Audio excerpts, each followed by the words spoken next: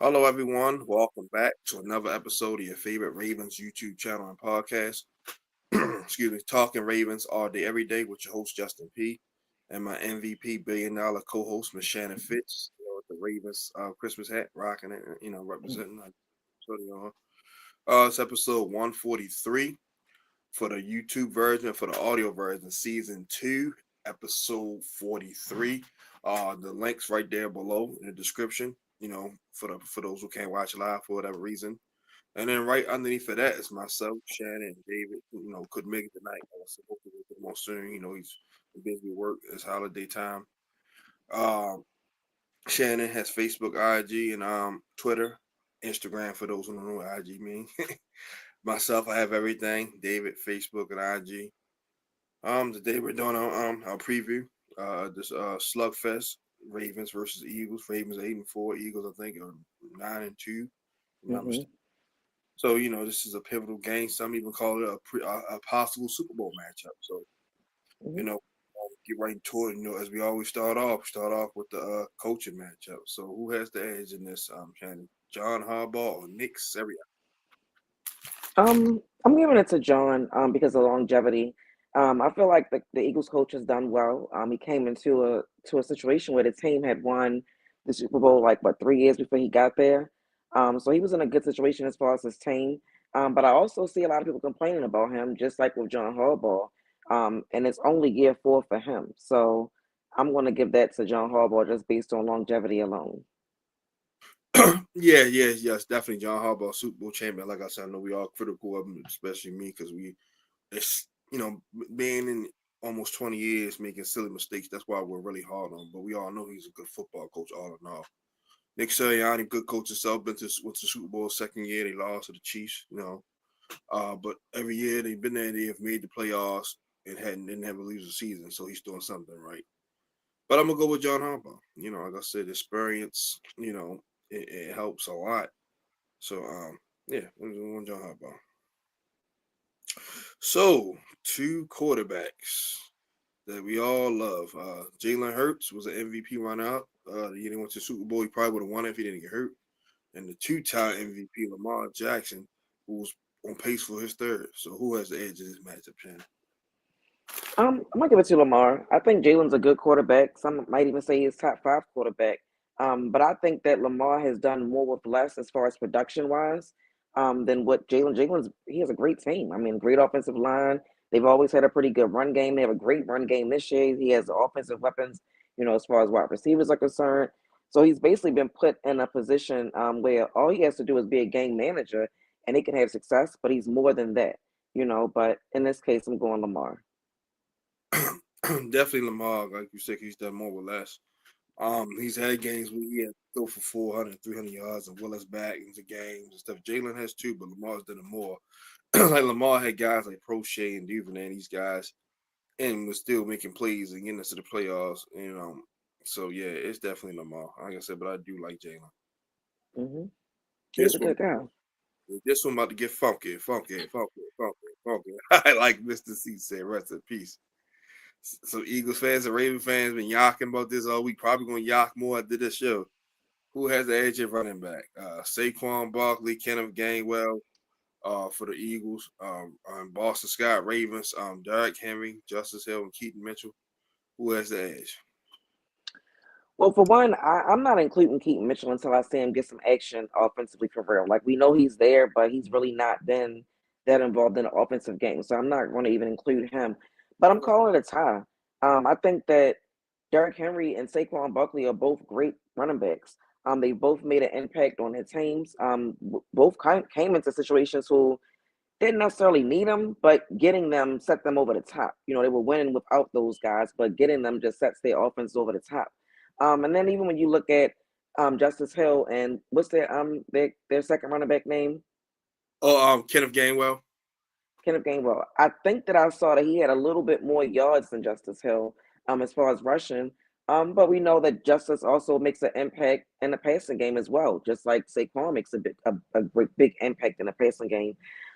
So for me, I'm just going to say it's a tie because I can make an argument for both sides, and I think that both number one running backs are really great game changing, franchise changing running backs. Yeah, all in all, I will say tie, but I'm gonna be unbiased here. I'm gonna give a small edge to the Eagles. I mean, small, very small. It's like just a nip it. You know what I mean? Because the reason being, Saquon, kid, he's a hell of a receiver out the backfield. Like you can leave him in the game all 4 downs, and you can do the same with Derrick Henry. But Saquon can really rush for 100 and catch the ball for 100.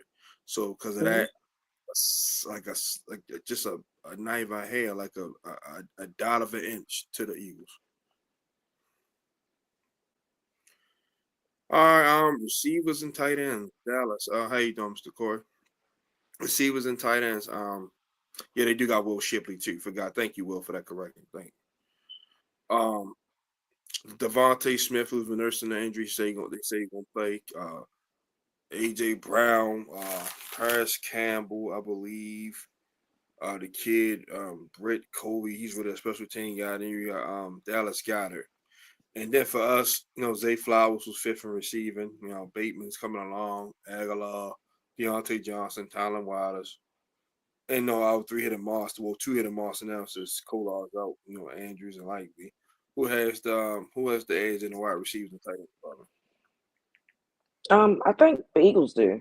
The Ravens don't have one wide receiver or tight end that's just been dominating all year. AJ Brown has played 4 less games than Zay Flowers, and he's only separated by like 62 yards. And as far as and Zay Flowers number 5, but AJ Brown is 62 yards behind him. Then when you look at their number 2, he's also played less games than Bateman, but he's only 58 yards under Bateman with less games played. Then you look at Mark Andrews, who's played more games than their tight end and has a little bit more yards, but he's played more games. So if all things were equal and everybody was healthy and everybody has played, every game, I feel like their number 1 wide receiver and number 2 wide receiver will probably have more yards than ours do, because ours have been here all year and this is where they are. Again, not no disrespect to Zay Flowers, he's number 5, you know what I mean? But when you see somebody that missed 4 games less than you and they're not that far behind you, and we're talking about comparing them, I definitely got to go Eagles in that regard. Yeah, and I forgot about Jahad Dawson. Yeah, but like you said, the Eagles because AJ Brown, man, he's a dog, man. Dog Devontae on probably 28 other teams, probably somebody's number 1 receiver.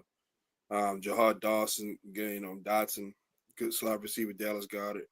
Our guys are like they said they're improving, but AJ Brown, he been doing this for a while, so I'm gonna give it the edge to the Eagles. Hmm. Offensive line, it's gonna be a little tough for the Eagles. You got Jordan Mailata, uh, Landon Dickinson, Cam Jurgens, Mekhi Becton, who they revived. Got cut from the Jets. Future Hall of Famer Lane Johnson. The Ravens, Ronnie Stanley, Patrick McCarr, who keep getting flagged. Tyler Lindenbaugh, Daniel Faalele, and Roger Rosegard. Who is there, Shannon? I like our offensive line a lot, but I'm going to go Eagles with this matchup. Yeah, Eagles as well, because like I said, that unit always tough. Like I said, Ronnie Stanley and Lindenbaugh's are only 2, like, for sure guys that we really count on. Roger Rosegard, I think he's going to be good, but right now, they're the only 2 we really can trust. Like I said, Faalele, up and down. He's been playing a little better than McCarr. He's starting by default because Andrew Voorhees. I was going with him, but definitely the Eagles. Hmm.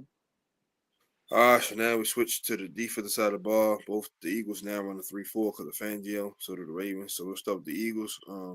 We got Milton Williams, Jordan Davis, Jalen Carter. I'm just going interior right here. Mauro Ojimo, Byron Young is on IR. Thomas Baker.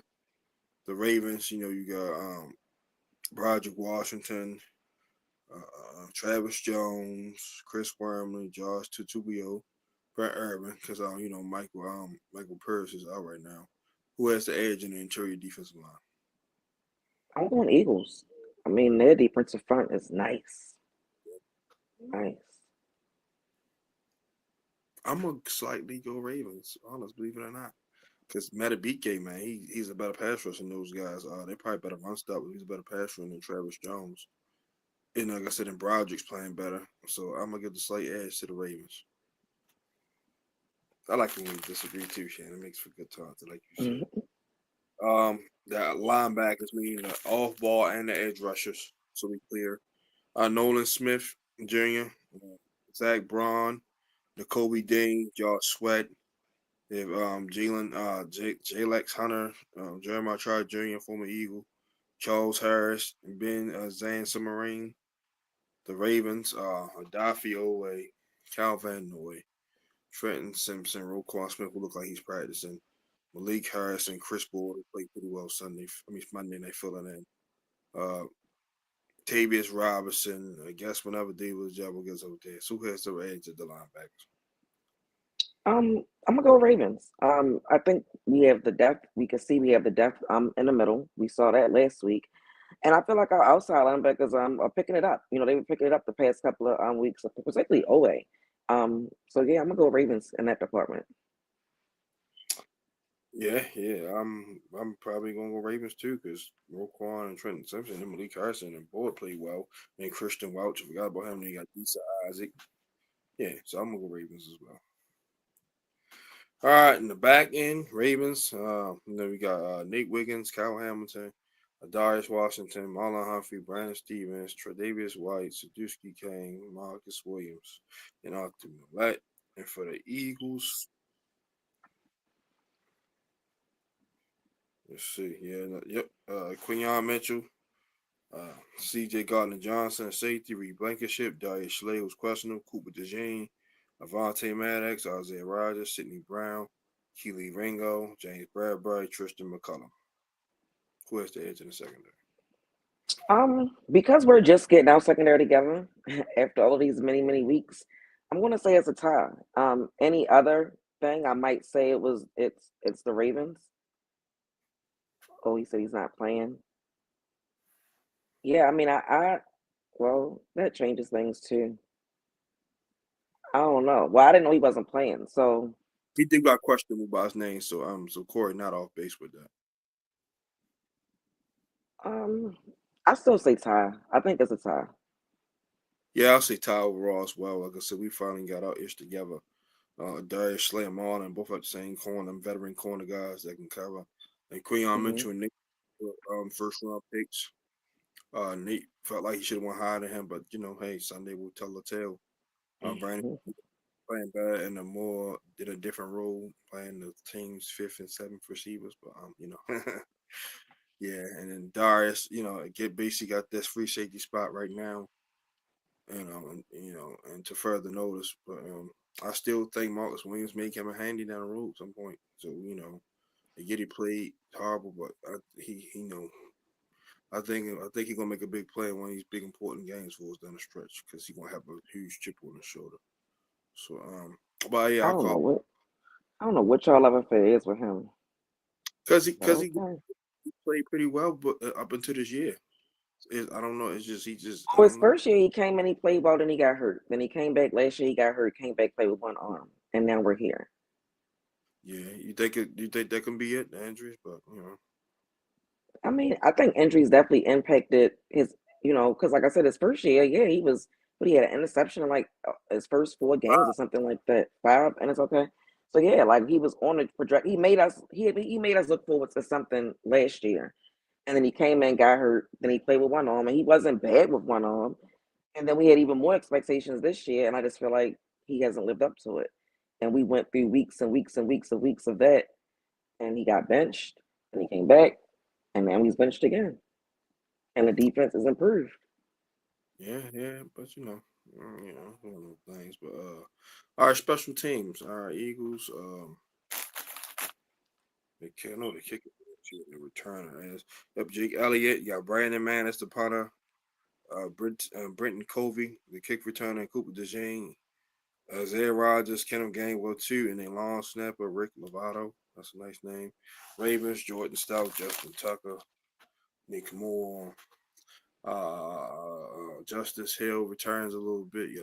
Tyler Wallace and Keaton Mitchell. Who has to add the special teams? I'm not picking the Ravens special teams until they show me something different, consistently different. So Eagles. I'm going Eagles as well. So not to waste a lot of time on that, Philly. All right, now for our actual topic for tonight. All right, like I start off every preview show with this. How will Todd Monken attack the Eagles defense led by Nakobe Dean and company? I think we'll run the ball. Watching them against the Rams last week, I feel like we can have success running the ball against them. They were ranked like I think I saw a seventh in rushing defense. And they allow him just a little below 100 yards a game. I think that Derrick Henry could get over that threshold if we stick to the run and at least give him 20 carries like we've been talking about for the past couple of weeks now. But I don't think that the yards are going to come easy. So I think that we need to try to be a little bit more balanced early, not necessarily forcing things down the field. I feel like that's kind of been a problem too. Just trying to go deep, forcing deep early when we don't have to do that. Some of our best games this season have been when we've taken what the defense given us and everybody's touching the ball and not forcing anything. So again, I think establishing a run early will, even if it looks like it's not working, keep doing it, but also get them involved in the passing game so we can be in a rhythm. I don't want to see another situation where um, you're going into the second quarter almost into halftime and Lamar only has 16 yards. I understand that every game is different, but he didn't hit on a couple of those. And I'm not saying it's all him, but when we start passing, let's be a little bit more consistent that way because that can help us out with the slow starts as well. Yeah, pretty well said. Definitely get the run established because you don't want to be one dimensional against a team that can their ass back and get the quarterback. People forget this team led the league in sacks the year before last was 70. We basically got the last two leading sack defenses in this game. So they're gonna better pin their ears back. So let's run the ball. Even if it's not popping, if 20, 30 yards, we get those tough 3, 4, 5 yard runs, they're gonna turn into 10 and 15. Especially if the full quarter going on and it's cold, they don't want to get hit. So, definitely short, take whatever's there. If it's short passes, take it. If you got your shot, take it. Cause like he said, Darius Slay is out. So, we might have some favorable matchup there with Bateman and Zay. So, and you, Mark Andrews, like you've been doing. Like I said, the tight end's your best friend for a reason. Like I said, Patrick Mahomes can throw the Kelsey all day long. Why can't we use Andrews and get Likely involved? And like you said, get Justice Hill there in the swing passes and screens. Even Derrick Henry, keep him out there and let him. He can catch the ball pretty good. He's not Saquon or McCaffrey in that department, but he is good enough. He can get Hmm. you know, you know, and come out aggressive, meaning like if you see they going cover zero, take a shot down the field and get Deontay Johnson involved. Give him a few catches so he can get his confidence going, like even for some quick slants. And he's been a trooper. He's not complaining. He's regulated. Bateman seems to score. So he realized that his opportunities are going to come. And screens too, because they're definitely going to. Fangio is going to try to blitz and shit like that because he's still pissed at us for setting that record on him in Denver.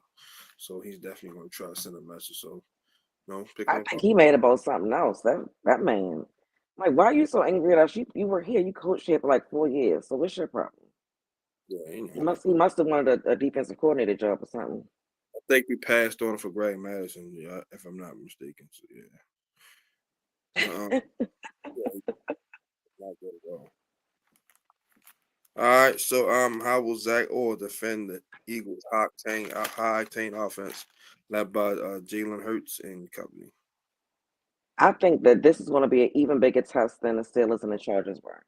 Like the Eagles' offense is explosive on so many different levels. Like every level of their offense is going to be hard to defend. So of course we're going to look to stop the run. But when you got a back like Saquon, I don't really think it's about stopping it, but maybe just limiting, like big plays and things like that. But also understanding, like we talked about, he can be involved in the passing game as well. So you need to just keep everything in front of you for the most part. Try to get to Jalen or make him as uncomfortable as you can with maybe four. Then that way you don't have to have as many guys going after him. You got more guys on the back end trying to defend. Everything underneath and over the top. Um, but the biggest thing is understanding Jalen's ability to run the ball as well. Oh, for sure. So that's why I'm saying try to get to them before, because when you start to have to send more than that, now you're leaving the field wide open for everybody to make plays. So the biggest thing is stopping the run. Try to get what you can get with at least four. But keep everybody else in front of you. Saquon, their wide receivers, their tight end. Don't give up try not to give up too many big plays. I echo a little bit what you said. Definitely, definitely somebody has to be on Saquon at all times. I'm talking about like even in a receiving game because he, like I say, just as deadly receiving football. So Trenton Simpson, and I'd rather have Trenton Simpson handle that because of the speed. Will probably can handle it in certain situations, but to really run with him running with Saquon all game long, I don't like that. But definitely have Cal Hamilton wherever Dallas Goddard is at all times because, like I say, he's sneaky. Josh Dotson, he's a sneaky guy, so make sure. Uh, you know, I want Marlon, which I'll talk about more in a second. When we get to our topic, but definitely have Marlon Nate outside. That Brandon Stevens guard, fucking Paris Campbell. I don't care. I don't know if he even gonna play, but you know, and definitely get pressure on Jalen. And when we rushing, stay disciplined. Because if you overrun the play, Jalen's gonna take off. He might not be Lamar fast, but he's still fast enough to cause problems. So yeah, And he's and not as timid as Lamar. Like we talked about Lamar, he he a not running like he used to. bigger frame, so he don't mind taking that little hit. And that's why he do that touch push. So he's definitely gonna get out of there. So yeah, so definitely and like you said, don't give up the big plays, man, and definitely mix it up for us with your blitzes and zone, man. All right, this next one. Do you think this game will determine who will get Offensive Player of the Year between Derrick Henry and Saquon Barkley? Um, I don't know because a lot of people were putting Saquon in an MVP conversation. So for me, it's beyond Offensive Player of the Year. I say that For because these they guys, give it to a quarterback. They're not. They're gonna find a way to give it to one of the quarterbacks. unless somebody gets 2K yards or something, they've been talking about that as Or well. having Um, on purpose some crazy shit like that. yeah, sure. So Saquon to say what 200 and something yards in one game, like. Yeah, 255. But the thing about it is, it's week to week, every week with the NFL. We go through the first quarter, the second quarter, all of that, and talk about who was the MVP leading for that, and who was it. It's a different person every week. So is it going to determine who's going to win the game? I mean, who's going to win the award? I can't say yes to that because if either one of them fall off or both of them finish the season strong, then what? Like it might be either neither one of you get the award or somebody might get MVP because Derrick Henry was in the MVP conversation at one point as well. Um, so it's just tough to say. I mean, I think it'll determine something, but I don't think the award is going to be won just based on week 13. I mean, shit, look what happened last year with Lamar. Lamar didn't win MVP really until Tua, we beat like everybody who they were saying was in the MVP conversation. We smacked them. So then at that point, it's like okay. So it just depends on how the season ends. But I won't say it's going to determine who's going to win it or lose it because they still got what 4 games after that, 4 or 5 games after that. Yeah, I wouldn't say when determined, but it would definitely be a good measuring stick, so to say. Especially if one has a better game than the other. So that's what voters are going to try to use, to that metric, so to say. So I Yeah. wouldn't. Or like not to speak it in existence for either one of them, but somebody could get hurt. So then if you get hurt, this game week 13 wouldn't matter because like Jalen was in the running, then he didn't because he got what I mean? Like it's a lot that still can happen in 4 weeks. That's why I'm like, I don't know. But I mean I could see why you would think that it would be that. Yeah, the reason I even put it in there because I know how people look. Like I said, it was a conversation all week long for both fan bases. Both back is better. So that's why he's offensive player of the year probably will come down to one of them two because no receiver is really taking the game over like that. Like so years past. So that's why I figured they get to play each other head to head. So play each other's teams head to head. And you know what? If either one of them were to, like I said, have a go crazy these next couple of weeks, I could see one of them winning MVP and maybe somebody like Lamar. Like I saw that they said Lamar's like number one in a lot of statistics for the quarterbacks. Like we don't if he doesn't win MVP, like he might could win off like the year that Peyton Manning won it. Just depends. There's a lot that can still happen in the next month of football though. Very true. All right, to our next topic. Oh, we almost to the end. Pretty good. I know I put this wrong. I said how. I'm going to put who. Who should cover AJ Brown and Devonta Smith in your opinion? I'm definitely gonna do a me edit after this. Um, Kinda how I feel when we play a lot of teams that has multiple weapons. I don't think it's going to be one guy. Like we always say, put Marlon Humphrey on somebody, but when the games come, he doesn't follow guys around like that. Like it'll be times where he'll end up on a number one wide receiver, but I don't. It's not often that we just say, "Hey, you stick with him." I think it's going to take a collective effort. Like I said, they've kind of figured out what works in the secondary the past 2 weeks. This is going to be a huge test, bigger than anything they got from the Steelers and the Chargers. But I think everybody's going to have to play a part. I do. Just don't have Brandon Stevens on AJ Brown at Or any point. And if or you are, Devonta hmm, Smith too. Or Devonta Smith. yeah, he doesn't need to be on them by himself. I was gonna say he needs to have help. So either move him where he not round them parade, he can stick to third, fourth, whatever, or he needs to have help over the top all the time because that's not gonna work. Matter of fact, play him over the top and let the Darius play in that nickel role. Fuck it, we can't take no chances. Too important my game. Seriously, because he as a safety, he wasn't a bad safety. I don't know if he gonna catch the pick, but I know he's gonna attack one and not let him. Still be able. He's a better help guy than he is man to man. So just put the Darius Washington on what's the name of the boy Josh Dodson and then Marlon Humphrey on AJ Brown. I'll tell you why, and you won't agree with this 200%. He has history. Remember, Ravens Titans played a lot over the last couple of years. Mm-hmm. They know each other very well. So Marlon knows how to defend him, so to say. So and he's never really killed Marlon. Like he think he had like one touchdown in like 5 games. We played him something crazy. That was a jump ball in the end zone. Remember the wild card round we went up there? It's like on the two Mm-hmm. yard got him. I mean, yeah, it ain't like he ran by him and dusted him. So Mm-hmm. Marlon's a big buy, so I said put Marlon on him. He's going to get his catches. Of course, you're not going to blanket nobody.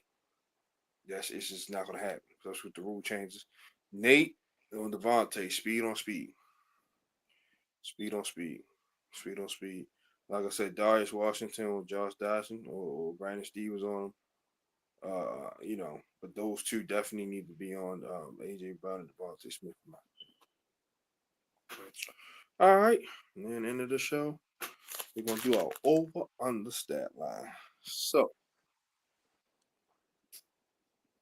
for Lamar Jackson, we're gonna do 250 total yards rushing and passing over under. I'll say under 205 passing, about 30 rushing, because I think maybe playing against somebody like Jalen will make him say like, I can do that too. So he's going to run a little bit more, hopefully, and hopefully get more than 30. But I'm going to say 205 passing, 30 rushing. So that's about 235. I'm going to go with 275. 240 in the air, 35 on the ground. Yes, I hope we have a day like that passing. Yeah, I mean, you forget he just had the last 2 games been not that, yards wise. Just forget that 300, 300, 280. So you know, I think he will, especially about Darius Slade too. Yeah, I think he'll crack at least 240. Um, Derrick Henry, 100 yards rushing over under.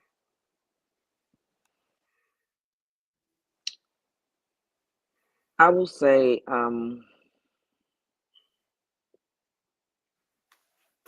under, and I'll say 95. I'm going over. I'm going 105. Zay Flowers, 60 yards receiving over under. Um, I'll go over. I'll say 70. I'm gonna go over and go 75. So we're not too much different. Rashad Bateman, 45 yards receiving over under.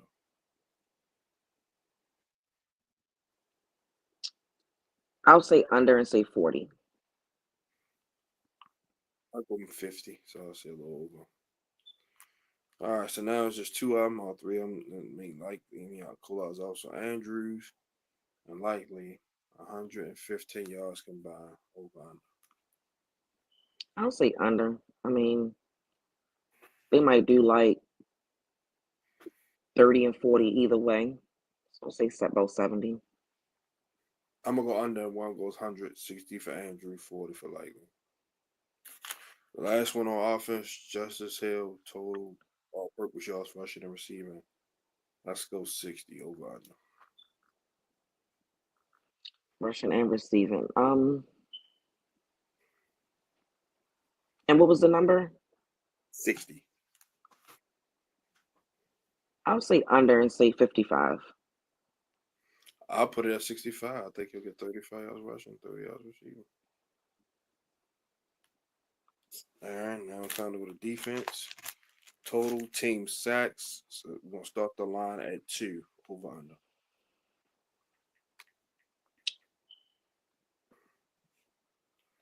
I'm gonna say under and say 1. I think I mean the Eagles offensive line is really good. But I do think our linebackers have they've somebody's been getting a sack, for the past couple of weeks. Like every game has been somebody and it's been somebody different. So I think we'll get at least 1. I'm gonna go with 3. Like I said, Jalen holds the ball a little bit, and he moves around.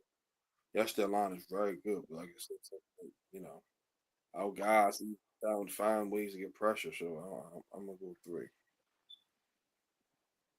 Total team interceptions on defense. I'm gonna start the line at 0 over under or over under Bush. I'm gonna say 0. Because from what I heard on the radio earlier is that Jalen's been improving a lot lately. With not throwing interceptions, so we might not have a lot of opportunities to get him. But I'll say 0. I'm gonna go 2 because I think they're gonna try to, especially if we take with a run like we're expecting, they're gonna jump pass, and I think we're gonna get a couple of chances. I'm gonna go 2. All right, the last one, total combined tackles between Roquan, Trenton, Simpson. I'm gonna go 12 over under combined. Oh, over. I'll say about between the two of them in a game like this. I'm gonna say 20. Okay. Who gets what? Roquan first game back. I'll say Roquan will probably get 12. You said Trenton. Trenton will probably get 8. I'm gonna go over and go 16. I'm gonna go 8 apiece. His first game back. All right, now 3 keys to victory. First, protect Lamar. We talked about this. The Eagles' defensive front is very aggressive. They can get after it, so keep him protected. Cut back on the penalties. I said that when we did the show yesterday. If our team as a whole could cut down on the penalties, just cut them in half, it could be different games week in and week out because the penalties really be killing us. And the special teams must show up. This might be a game. This is going to be a game where I feel like um, both offenses are going to show up. Like it's going to be one of them games that we've already been a part of this year. We know what it feels like. We know what it's like to get in it. We know what it's like to get out of it and win. I think it's going to be a game where both offenses are just going back and forth, back and forth. Every time they touch the field. So we need the special teams to show up because that changes. Possession. Like where you get the ball at matters. So and where you give them the ball at matters. So we definitely need special teams to show up. Mine, protect the ball, take the ball away, score more touchdowns, score more touchdowns and field goals. So we did that. Only kicked 1 field goal on Monday. So let's keep that going. All right, Mhm. now Again, like I just said, I do think this is going to be one of those high scoring games. Both we know how dynamic the Eagles offense is, and we know that the Ravens have the ability to be just as dynamic when they're playing their game, when they're not hurting themselves. The Ravens haven't been home in 2 weeks, so I feel like being home now, the crowd, like, get some home cooking, not necessarily meaning like cheating, but just being home and being comfortable.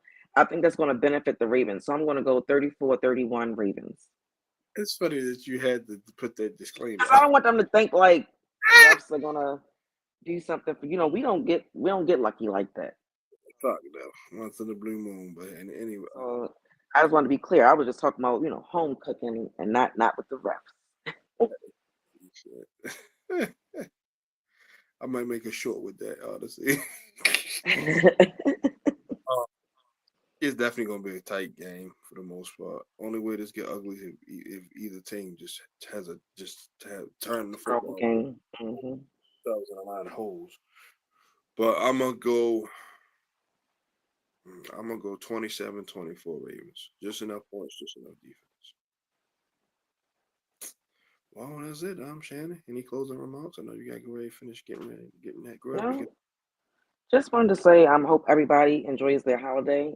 It's not many good games coming on tomorrow, but you're gonna get your Lions and you're gonna get your Cowboys. Um, so just have a great day. Enjoy your time with your family and your friends, and we'll see you guys next week to recap the Eagles game. Should be a good one. Yeah, like Shannon, the piggyback what Shannon said. I don't care if it was goddamn Mount Union versus Morgan State. I'm still gonna watch. I'm just a football guy, so I It don't is care. what it is. We accustomed. I don't even cry, but people really be mad about the Lions and the Cowboys, and I'm like, at this point, it's They it's knew it's, it's history. tradition. It's tradition. Like A quick history lesson on that. You know this already, Shannon. I'm preaching to the choir. They were the only teams who wanted to play on the holiday. The only two out of 30-some teams. So that's why they get that privilege because they were the only two. Everybody else wanted to be home with the family, and rightfully so. And rightfully so. But they were the only two teams. Like, no, we have to give the people something to watch. Everybody's home, or they don't want to just watch movies and shit all day. NBA. So yeah. I think it's pretty cool, honestly. I do. I think it's cool. And I learned this today. The Lions haven't won on Thanksgiving in a long time, so Good little hot and minute. Yeah. Forgot it'll be exactly. interesting to see what they do. I mean, it's got expectations to win now. Should Yeah, have yeah. probably won last year. Yeah, Packers called him slipping. Yeah, you told me the NFC. Yeah, Dan Campbell played Madden too much. Yeah, the Lions now like in the Barry Sanders days again, where they're expected to be good. Like I piggyback on Shannon, definitely enjoy your holiday, spend time with the family. For those who don't even celebrate it, still just enjoy the company of your family and friends and having the time off from work. NBA games are gonna be on. Like some on tonight. My Thunder play the Warriors, and my Thunder gonna beat up on Shannon Lakers Friday. Make sure Uh, y'all get them good Black Friday sales too. yeah, oh for sure. Get up, yeah. Cyber Monday. I gotta work anyway, but yeah, y'all enjoy the Black Friday sales and all that stuff. Get a 100-inch TV for like $200. Sure. Want to say, make sure y'all trade and all that means talk Ravens all day, every day from your host Justin P. And from my MVP being not a co-host, Miss Shannon Finch. Have a wonderful Thanksgiving. Have a wonderful weekend. Like you said, we'll be back here Tuesday to recap the Eagles game. After that, we'll take a break till that Thursday to preview the Giants game on December the 12th. So we'll miss a week. Yeah, a week. So we Mhm. love you guys and happy holidays. We out. Bye, Justin.